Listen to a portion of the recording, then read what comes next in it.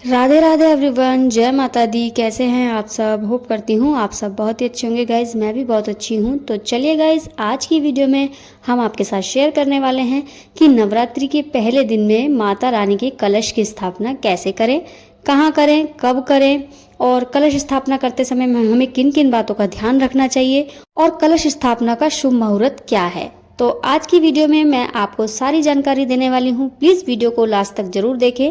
तो वीडियो को बिल्कुल भी स्किप ना करें और लास्ट तक बने रहें। तो चलिए गाइस, सबसे पहले आपको क्या करना है। देखिए, नवरात्रि का पहला दिन होता है और सभी घरों में कलश की स्थापना, ज्वारों की स्थापना, माता की चौकी रखी जाती है। तो इस बार पहला नवरात्र है 19 मार्च को, और 19 मार्च को ही प्रतिपदा तिथि है। इस दिन ही कलश की स्थापना होगी, और कलश की स्थापना का शुभ मुहूर्त है सुबह 6:52 से 7:43 तक। तो ये पहला मुहूर्त है। उसके बाद शुरू हो जाता है अभिजीत मुहूर्त, जो दूसरा मुहूर्त होता है। उसका समय है दोपहर 12:05 से 12:53 तक। तो ये दो मुहूर्त हैं, इनमें से किसी मुहूर्त में आप कलश की स्थापना कर सकते हैं। तो देखिए, कलश स्थापना करने के लिए सबसे पहले आपको एक कलश की आवश्यकता होती है। कलश आप चाहे मिट्टी का कोरा मंगवा सकते हैं बाजार से, या फिर घर में ही आपके पास तांबा, पीतल और स्टील का कोई कलश हो, लेकिन यूज़ किया हुआ रसोई में नहीं होना चाहिए। एकदम शुद्ध कलश होना चाहिए।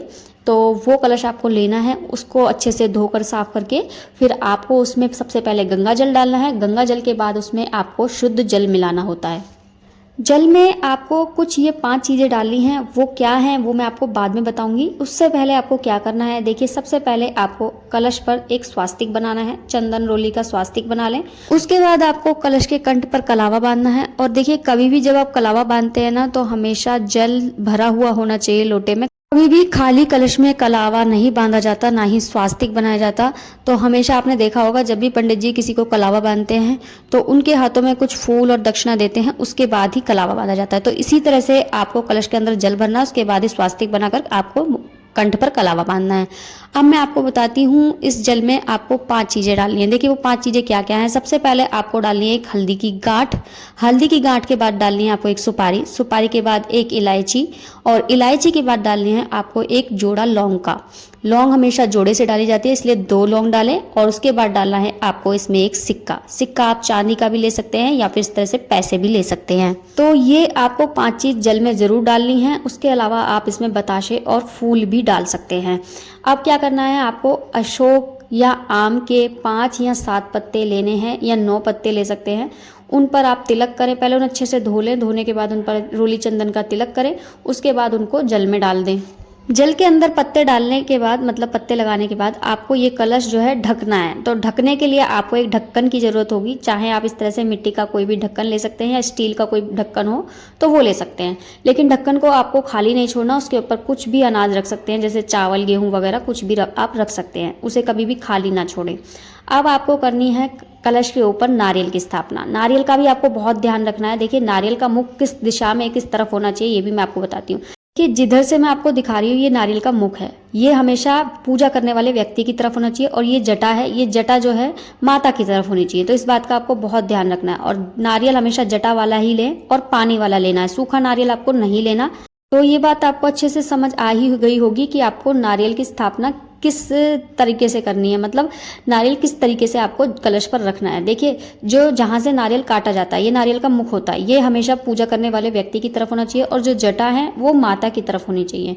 तो आपको कभी भी उल्टा नारियल स्थापित नहीं करना चाहिए कलश के ऊपर। हमेशा सीधा नारियल ही स्थापित करना चाहिए। जैसे अभी मैं दिखाऊंगी आपको करके कि किस तरीके से नारियल आपको रखना है कलश के ऊपर। बहुत से लोग खड़ा नारियल रख देते हैं, तो वो तरीका भी सही नहीं होता। उससे भी बहुत मतलब गलत प्रभाव पड़ते हैं। तो इसलिए आपको हमेशा इस तरीके से नारियल रखना चाहिए। और नारियल के ऊपर आपको पहले तिलक करना है, कुछ अक्षत लगाने हैं। उसके बाद आपको नारियल के ऊपर चुन्नी लपेटनी है। ये नारियल की चुन्नी आती है, बाजार में इजीली मिल जाएगी नवरात्रि में। तो आप ये चुन्नी जरूर लपेटें, खाली नारियल नहीं रखें। या फिर अगर चुन्नी नहीं है आपके पास, तो आप कलावा भी लपेट सकते हैं नारियल के ऊपर। तो चलिए, अब मैं आपको बताती हूँ आपको कलश की स्थापना माता की किस तरफ करनी है। देखिए, जब आप चौकी लगाते हैं तो माता रानी को चौकी पर विराजमान करते हैं। तो माता रानी के सीधे हाथ की तरफ आपको कलश की स्थापना करनी है।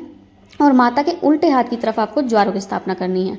और अगर आप जो कलश है वो ज्वारों के बीच में रखेंगे तो सीधे हाथ पर ही माता की कलश की और ज्वारों की स्थापना होगी। तो आपको होप करती हूँ आपको समझ भी आ रहा होगा जैसे मैं आपको समझा रही हूँ और बता रही हूँ। देखिए आपको क्या करना है, माता के सीधे हाथ की तरफ थोड़े से चावल रख सकते हैं या फिर इस तरह से आप अष्टदल कमल बनाकर भी कलश की स्थापना कर सकते हैं। और हाँ गाइज, एक बात मैं आपको और बता देती हूँ, यदि आप मिट्टी का कलश ले रहे हैं तो मिट्टी के कलश को एक दिन पहले रात को भिगो कर रख दें पानी में, जिससे उसमें अच्छे से पानी सोख ले और जो है 9 दिन तक उसमें पानी जो है जल जो है आराम से चल जाए।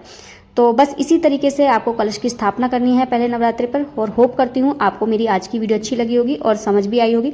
अगर अच्छी लगी तो प्लीज़ वीडियो को लाइक शेयर कमेंट करना बिल्कुल ना भूलें। चैनल को भी जाकर जल्दी से जल्दी सब्सक्राइब कर लें, जिससे आने वाली वीडियो के नोटिफिकेशन आप तक पहुँचते रहे, नई नई यूजफुल जानकारी आपको मिलती रहे। तो चलेगा, मिलती हूँ नेक्स्ट वीडियो।